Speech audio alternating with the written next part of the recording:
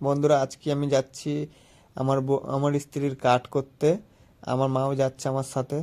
তো ওরা সব চলে গেছে, আমি যাচ্ছিলাম একা ঘরটা বন্ধ করে। তা ভাবলাম একটু ক্যারাম খেলে নিই। ক্যারাম খেলার পর যাচ্ছি। তো যেতে যেতে দেখছি মাটা সব অনেকটাই দূরে চলে গেছে, রাস্তায় কেউ ছিল না। তো মারা দেখতেই পাচ্ছ কতটাই দূরে আছে, আমার থেকে কতটাই দূরে। আমার মাদেরকে আমি ধরে নিয়েছি। আমার মা দেখো হাই দেখাচ্ছে। তো রাস্তায় কথা বলতে বলতে চলে এলাম পাম্পে। পাম্পে 500 টাকা চেঞ্জ করতে। তো একটা দাদাকে বললাম, সে বললো আমার কাছে চেঞ্জ নেই। তো আরেকটা দাদার কাছে গেলাম আমি, সে আমাকে সঙ্গে সঙ্গে চেঞ্জ দিয়েছে। তো চেঞ্জটা দেওয়ার পর আমি ভাবলাম যে না, দিয়েছে, ফার্স্ট টাইমে আমি চেঞ্জটা পেয়েছি, কারণ পাম্পে গেলে চেঞ্জ দিতে চায় না। তো আসার সাথে সাথে একটা অটোওয়ালাকে জিজ্ঞেস করলাম, ও বললো যাবে না। তো আরেকটা অটো এলো, সেই অটোতে মাকে, সঙ্গীতাকে আর আমিও উঠে গেলাম।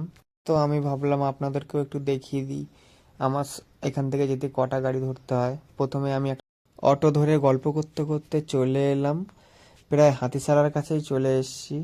এবার এখানে হাতিশালায় নেমে অটোওয়ালাকে ছেড়ে দেবো। এই যে চলে এসেছি হাতিশালায়। এইখান থেকে আবার একটা অটো ধরবো, ধরে চলে যাব আমরা ভোজেরহাটে।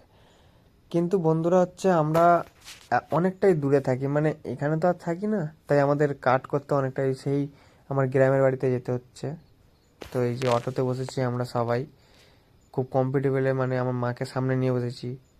আমার মা একটু মানে পিছনে জায়গা ছিল না, তাই আমার সাথে সামনেই বসেছে। তো এই যে রাস্তায় যাচ্ছে যাচ্ছে, ভাই কখন পৌঁছাবে তার ঠিক নেই।